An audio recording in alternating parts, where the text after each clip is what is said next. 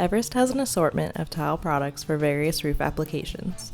The flat tile hook is a single-piece steel hook designed specifically for flat tile roofs with a design that will perform under load and have less deflection than other steel hooks.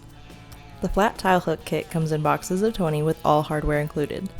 The hardware includes two 4-inch by 5/16 lag screws with pre-assembled sealing washers and the crossrail T-bolt set for your rail connection.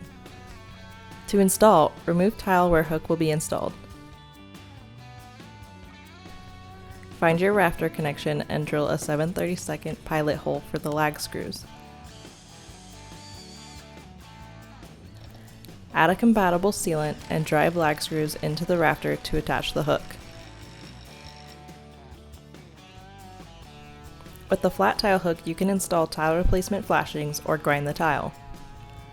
To grind the tile, mark the location where the hook is protruding, then grind away space to allow the tile to sit properly with no interference.